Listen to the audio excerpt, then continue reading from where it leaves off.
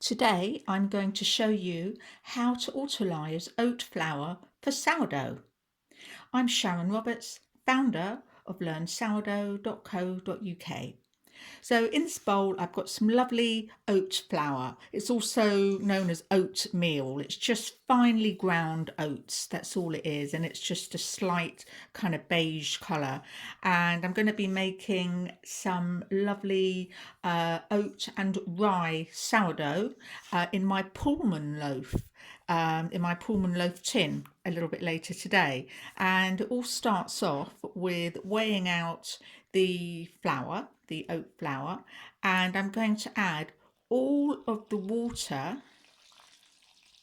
in the recipe, and I'm just going to mix it all together.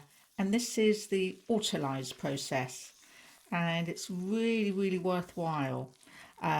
What it does is it hydrates all the particles of flour in the oats, and it gives a most amazing colour as well.